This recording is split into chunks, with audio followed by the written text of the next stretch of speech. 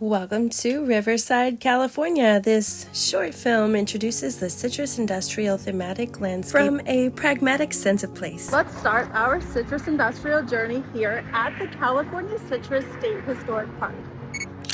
Hello, I'm Marnie, and today we will be looking at Riverside's proposed citrus industrial thematic district framed by a cultural landscape approach inspired by Christine Tudor.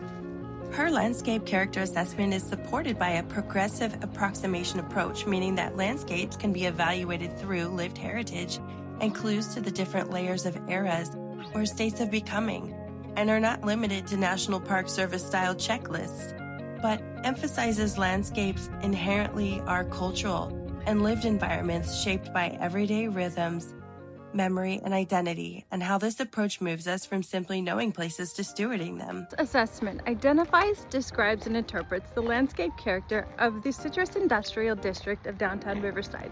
We will be focusing on the area between 5th Street and Mission Avenue in Riverside, California. The cultural landscape approach expands preservation by shifting attention from isolated resources such as buildings or structures to the relationships that animate them, and it's inherently more inclusive and better aligned with how people actually experience place. This approach helps move us from documenting what exists to planning for how places can evolve, and becomes a forward-looking practice grounded in lived experience, showing a cultural landscape approach and how it can reframe stewardship. As we approach the landscape from an aerial vantage point, and this is not including the entire Citrus Industrial Thematic District, which spans from 3rd Street to Mission Inn, including Vine and Commerce Streets, our focus will be on 5th Street to Mission Inn, including Vine and Commerce Streets. Just for the sake of abbreviating for the class project, what you will notice from this view is buildings and parcels in different stages of adaptation to the evolving landscape. This is essential to note for urban industrial landscapes, especially where continuity and change coexist. Author Kim Dovey calls change over time becoming. Becoming is a lens that helps us understand landscapes and how they are shaped by industry, decline, adaptation, and lived rhythms. Since landscapes are always in a state of becoming, it only makes sense to start where the journey begins, right at the actual roots. According to our friends at California's Citrus State Historic Park, this inland basin provides the perfect growing conditions for California's agricultural legacy, and between the late 1800s and early 1900s, citrus groves emerged and spread across Riverside and surrounding counties. This is considered the second California gold rush, and that was largely due to innovative methods of irrigation like the nearby Gage Canal and Riverside Canal that bisected our citrus industrial landscape.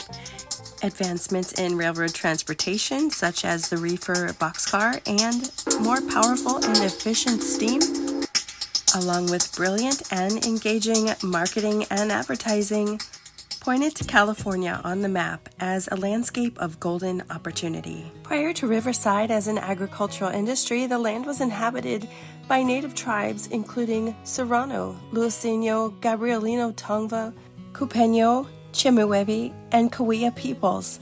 However, detrimental U.S. policies and public bias against Native Californians removed them from the citrus narrative.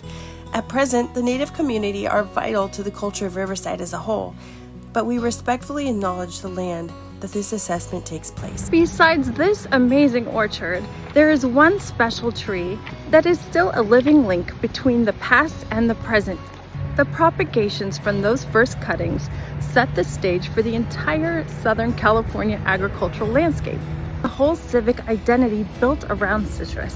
Then we'll head downtown and I'll show you how citrus, rails, and the people in this living landscape continue to shape and make this part of the city a place of becoming. I went inside the museum and they gave me another bag of oranges, so I guess I hope we like orange juice. When talking about sense of place, David Seaman's approach of phenomenology, life worlds, and placemaking offers insight on the interpretation of areas that are defined by lived experience and the thematic congruencies and symbiosis or synergistic exchange that occurs between parts of a whole. This includes observation of life worlds. These are punctuated key character areas, and this allows the Citrus Thematic Industrial District to communicate. This one is actually offsite, but thematically linked. And observation of these life worlds allows mindful development and attunement to broader themes. In the book, Creating an Orange Utopia, Eliza Tibbets was introduced to William Saunders, who was in charge of the U.S. Agricultural Department Division of Experimental Gardens, from whom she was sent 2 small trees of the Bahia Brazilian variety, which would become the parent navel trees of the Washington Navel Orange. Eliza was a gifted horticulturalist, and she knew that these trees would thrive in the arid Southern California climate. These weren't the first orange trees in Southern California. However, these trees yielded a crop that was nothing short of a citrus fairy tale, surrounded by folklore and nourished with dishwater in the largest agricultural industry that would place Riverside, according to city archives, as the wealthiest city per capita around 1895. And blooming into a citrus identity. A key point derived from the lived-in heritage framework is heritage well-being. It emphasizes that communities, not institutions, decide what matters. Also in the framework, a key point is that claiming initiates recognition. Heritage emerges from people who feel attached to a place, and this is powerful in post-industrial or overlooked landscapes like Commerce Street, where meaning persists even when material fabric declines. This landscape, which is defined as a local character area type of a commercial district, is appropriate for analyzing the spatial and functional themes that define the railroad and citrus packing industrial landscape, which describes at this scale individual components such as rail and irrigation corridors, parcel alignment, intimately enclosed by packing houses and circulation routes. They can be evaluated as related elements of a cohesive industrial agricultural character area. This supports a holistic understanding of how these features operate collectively within a broader urban and agrarian regional context. Still, multiple life worlds intersect here that reinforce importance of setting, activities, and meaning. Graham Fairclough reminds us that through relational heritage characterization, landscapes can be assessed with an emphasis on landscape as processed by time and depth, not isolated features. But to interpret this at all, you need the main component, which is people. Cultural and social themes are defined by a working choreography of the citrus agricultural area that describes a live ecosystem of multicultural and gendered labor flow, with scheduled and repetitive movement and interdependence between humans and infrastructure that enabled production, productivity, and commerce. While the western half of the landscape is fully rehabilitated into contemporary use, the eastern half of the landscape shows significant decline and echoes spatialized class assumptions based on trackside stereotypes, which, since the early emergence of Riverside, the right-of-way delineated the focal point of downtown Riverside from its marginalized, historically segregated African-American community on the east side. The intersection of Mission Inn and Pachapa, which is now Commerce Street, also included the terminus of the Pacific Electric Interurban Railway Service, which provided extensive access from this busy industrial and later tourism-saturated environment. Sutherland Fruit Packing House, functioning as the visitor-facing interpretive focal point of the citrus industrial space, illustrates the historic labor geographies that placed marginalized workers at the rail's industrial edge, hidden by the opulence of artful and exploitative citrus marketing and the pageantry that often veiled it. The patterns of rehabilitation echo this historic delineation well over 120 years later. Acceptable change is change that people can adapt to. Stewardship should enable adaptive reuse and small intervention. Authenticity is lived and relational, and adaptation should preserve identity while allowing the landscape to evolve and thrive. Landscapes are always in a state of becoming. This area, in this landscape district, becoming is visible in layers. The packing houses like this one that used to be the Sutherland Packing House, their footprints and loading bays still shape circulation. So this parking lot that I'm driving through right now is on the Vine Street side of our cultural landscape. This is a photograph of Vine Street at Mission Inn, which used to be called 7th, and here we are going down Vine Street via Google. They don't like when I drive around with my camera on. So here we are entering the parking lot. With this alternate vantage point on Apple Maps, I want you to notice the northwest elevation of the Sutherland Packing House. You will see in the following photo the original rail alignment position that served this Sutherland Fruit Company. These original photos are around 1984 when the Union Pacific Railroad changed its downtown Riverside route. And what I found most interesting about this particular part of the landscape is that where the parking lot is paved over is on top of the rail lines that we used to see in use for the Los Angeles and Salt Lake line. And the traffic flow, so to speak, of rail use is pretty much coordinated to the traffic flow that you see in the parking lot today, especially around the building of the old spaghetti factory. One time there were spur lines braided through this back lot, and now you can see it serves as circulation for cars and parking for this restaurant. Notice as we go by the original dock interface for this building, you can see it's been adapted for restaurant use for service delivery. Notice at this docking station there is a scale here in the ground, in the concrete, so this would have been apart from rail service. Shows adaptation over time for this building. Talking about authenticity, I wanted to point out some of the things that you can notice in a cultural landscape that define what this place once was. Little clues to the history of what was here before. Walk along the spur line area, you can see other dock interfaces.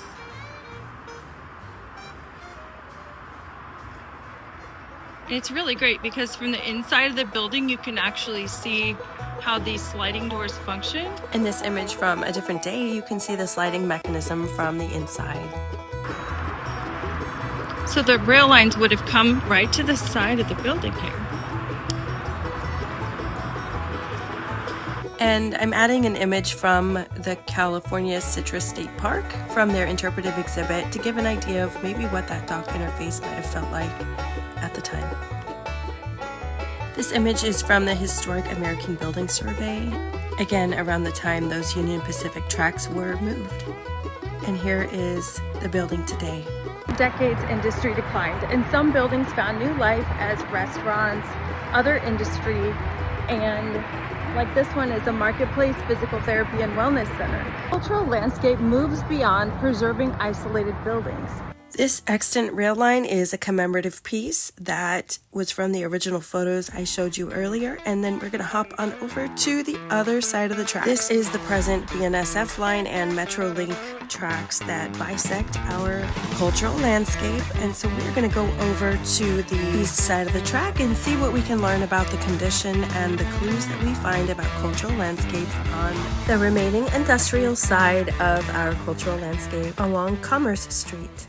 This district that is in a continual state of becoming is visible in layers. The packing houses once processed truckloads of fruit, and their footprints and loading bays still shape circulation. You can see spur lines braided through dock interfaces that once handled efficient citrus packing logistics, with layers of asphalt poured right up to the top of the tracks. The dry canal bed and linear palms mark irrigation patterns that once organized growth and also provided a spatial anchor for the Santa Fe Railway, but altogether in a liminal state. Over decades, industry declined, parcels were vacated, buildings found new life as restaurants, storage, or other adaptive reuse. Their parcels remain liminal, not fully restored, rehabilitated, or demolished.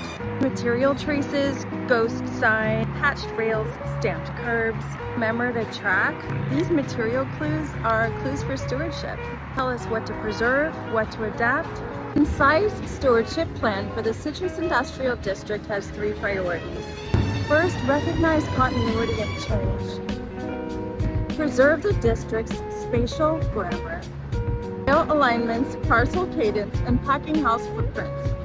And support adaptive reuse. Create incentives for mixed-use conversions. Feasibility studies for vacant parcels.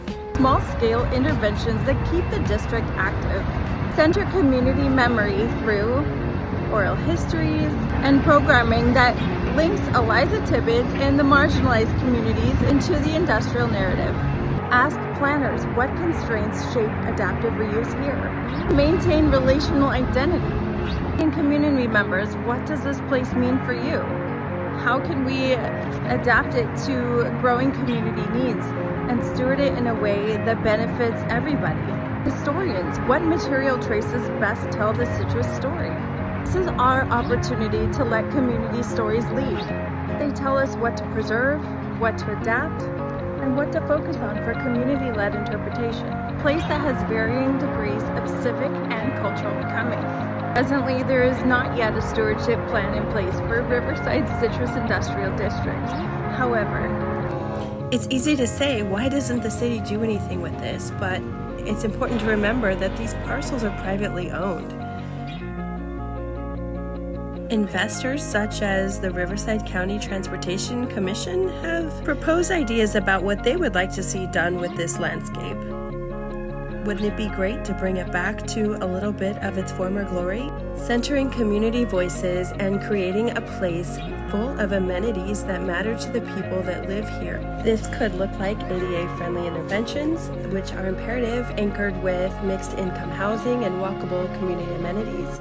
Envision linear park space, enhanced security, railroad viewing platforms, and accessible marketplaces that celebrate the original context and spirit of place. Finding spaces to learn from your city officials is a great place to start. Once you know how things run, you can challenge the way things have been going. Through the lens of wholeness and an understanding of becoming, it allows us in stewardship to move beyond preservation of form and materials towards preservation of identity and meaning. Riverside has conversed about visionary reuse for the historic district, as noted by a local paper, the Press Enterprise. It's still standing from an era that shaped the city. 10 years later, even less remnants are extant, but stewardship may reveal what endures beneath the surface. We'll just have to wait and see what the next era brings. Ideally, the citrus thematic industrial space in its civic becoming will simultaneously take shape and reveal a landscape of layered history for us to interpret and new stories to unfold.